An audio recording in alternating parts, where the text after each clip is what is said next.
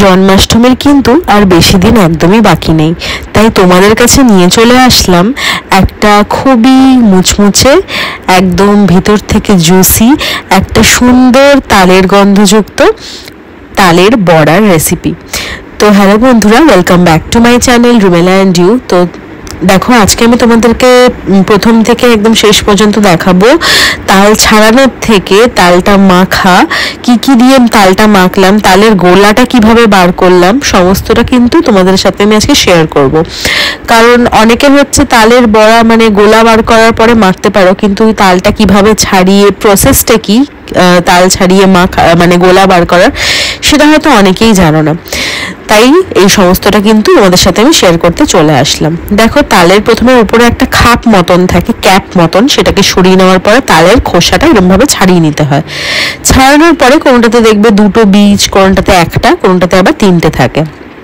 আমাদের জন্য, আমাদের বাড়ির জন্য বাবা দুটো বড় বড় সাইজের তাল এনেছিল, তাতে দুটোতেই কিন্তু তিনটে করে বীজ ছিল।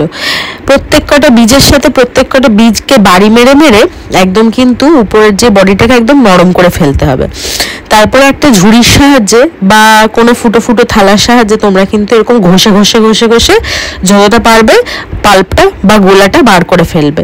তারপরে যখন মনে হবে আর বেরোচ্ছে না, তখন একটু জলের ছিটা দিয়ে ভালো করে কষলিয়ে কষলিয়ে আবার কিন্তু কোনো ঝুড়িতে বা কোনো ফুটো থালাতে, মানে সেটাতে যেন ফুটোটা মানে ছিদ্রটা যেন একদমই ছোট্ট থাকে, নাহলে কিন্তু আঁশও বেরিয়ে আসতে পারে। আর আঁশ যদি মুখে পড়ে তাহলে তো ভালো লাগবে না। তো দেখো, এরকমভাবে ঘষে ঘষে অনেকক্ষণ ধরে, যতক্ষণ না দেখতে পারবে এই যে বীজগুলো যেগুলো বেরিয়েছিল সেগুলো সাদা সাদা হয়ে আসে, ততক্ষণ কিন্তু সেখান থেকে গোলা বেরোবে। এই সাদা যতক্ষণ না হয়ে আসে ততক্ষণ কিন্তু ঘষে নিতে হবে। পাল্পটা বার করার পরে দেখো পরপর ওখানে কি কি দিয়ে দেওয়া হবে। দেখো, এখানে নিয়ে নিয়েছিলাম আটা, কলা, নারকেল, সুজি, চিনি, সামান্য নুন। একটা গামলার মধ্যে প্রথমে নিয়ে নিলাম আটা, তারপরে দিয়ে দিলাম তার মধ্যে কলা। কলা তোমরা যে কোনো কলা নিতে পারো, আমরা এখানে সিঙ্গাপুরি কলাই নিয়েছিলাম। তারপরে দিয়ে দিলাম সুজি, আর তারপরে দিয়ে দেওয়া হলো তালের সেই গোলাটা, যেটা ঘষে ঘষে বার করা হয়েছিল, তালের সেই পাল্পটা, সেটা কিন্তু নিয়ে নেওয়া হয়েছিল। আচ্ছা, আর একটা কথা তোমাদেরকে বলে দিই, তালটা যখন ঘষে মারবার করবে তখন একটুখানি টেস্ট করে দেখে নেবে তালটা তিতকুটে নেই তো, তাহলে কিন্তু বড়াটার খুব একটা ভালো টেস্ট আসবে না। আর তালটা যখন কিনবে তখন জিজ্ঞেস করবে তালটা মিষ্টি হবে তো। তো আমরা গোলা, নারকেল, নারকেল না, গোলা, আটা, কলা সমস্ত দিয়ে ভালো করে আগে অল্প নুন দিয়ে ভালো করে মেখে নিয়েছিলাম। তারপর টেস্ট করে দেখেছিলাম যে কতটা মিষ্টি লাগবে।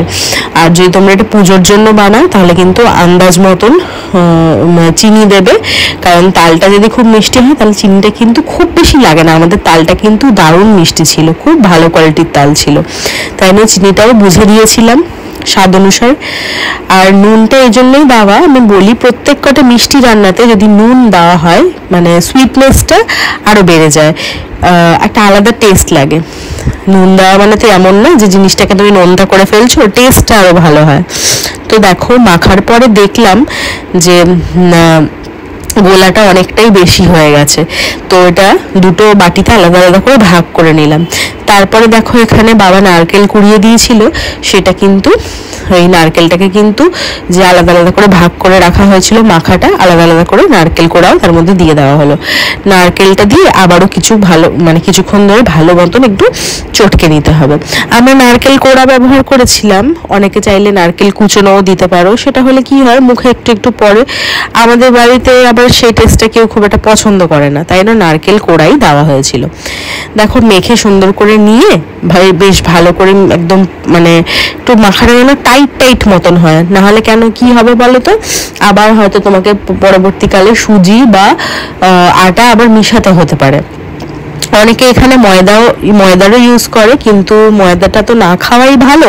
আর ময়দাটা দিলে কি বলতো, একটু টান টান ভাব হয়, আর আটাটা দিলে বেশ ভালো হয়, তালের সাথে আটাটা খুব বেশ ভালো যায়। তাই জন্য একটু বেশ টাইট টাইট করে মেখে নেওয়া হলো। আর যে বলছিলাম টাইট টাইট করে কেন মাখতে হবে, কারণ যেহেতু এখানে চিনি দেওয়া আছে, চিনির থেকে জল ছেড়ে দেয়, তার জন্য কিন্তু গোলাটা পাতলা হয়ে যেতে পারে, তাই একটু টাইট করেই মাখবে মাখার সময়। তারপরে ঢেকে রেখে দাও বেশ কিছুক্ষণ, যতক্ষণ না সুজিটা, চিনিটা এগুলো বেশ ভালোভাবে গলে যায়। মাখার মধ্যে। তারপরে দেখো এটা আমরা দুপুরবেলা মেখে রেখেছিলাম, আর বিকেল হতে না হতেই কিন্তু কড়াই গরম করে, কড়াইতে হচ্ছে বেশ অনেকটা, এটা তো ছাকা ভাজা হয় একদম ডিপ ফ্রাই, তো বুঝে পরিমাণ মতন তেল দিয়ে দেওয়া হয়েছিল, সাদা তেল। তারপরে দেখো হাত দিয়ে যেমন বড়া ভাজা হয় তেমন, যেমন ডালের বড়া ভাজো তেমন ছোট ছোট বল বল বল বল মতন করে দিয়ে দিতে হবে কিন্তু তেলের মধ্যে। তারপরে দেখো গ্যাসের ফ্লেমটা প্রথমে একটু বাড়িয়েই রাখবে, তারপরে মাঝখানে একটু কমিয়ে দেবে। আবার যখন বুঝবে বড়াগুলো ভাজা হয়ে গেছে একটু উল্টো মতন দেবে, যখন নিচটা হয়ে যাবে আবার উল্টিয়ে দেবে। যেমন বড়া ভাজো, তোমরা তো নিশ্চয়ই সবাই জানো বড়া কেমন ভাজে, বড়া যেমন ভাজা হয় তেমন ভাবে। আর ভাজার রংটা হচ্ছে এরকম হবে, ভাজার পর রংটা একটু গোল্ডেন ব্রাউন টাইপের হবে, ঠিক আছে, যাতে হচ্ছে ভিতরটাও সম্পূর্ণভাবে হচ্ছে হয়ে যায় আর উপরটাও যেন হালকা ক্রিস্পি থাকে কিন্তু ভিতরটা এদিকে সফট জুসি, ঠিক আছে। তো এরকম ভাবে আমার মতন তোমরা তালের বড়া বানিয়ে ফেলো। এটা আমি ফার্স্ট ব্যাচের ভাজাটা দেখালাম, মাখা তো অনেকটাই হয়েছিল, বুঝতেই পারছো তোমরা যে কতটা তালের বড়া মানে ভাজতে হয়েছিল। তো দেখো আমি এখানে পরপর বাকিগুলোও ভেজে নিই, সমস্তটা কিছু সব ভাজাগুলো আর শেয়ার করলাম না, তাহলে ভিডিওটা হয়তো 1-1.5 ঘন্টার হয়ে যাবে পুরো। দেখো আমাদের কতটা কোয়ান্টিটিতে হয়েছিল, এখানে 1 হাঁড়ি ভর্তি হয়ে গেছিল।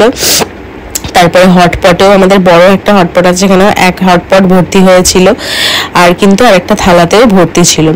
আমরা যেহেতু অনেককে দিয়েছিলাম, যেমন আমি স্কুলে নিয়ে গেছিলাম তালের বড়া, তারপরে হচ্ছে সেখানেও এক টিফিন বক্স নিয়ে গেছিলাম, তারপরে বাড়িতেও সবাইকে দেওয়া ঠাওয়া হয়েছিল, তাই জন্য একটু বেশি করেই বানানো হয়েছিল, আর সিজনের প্রথম ফল বলে কথা।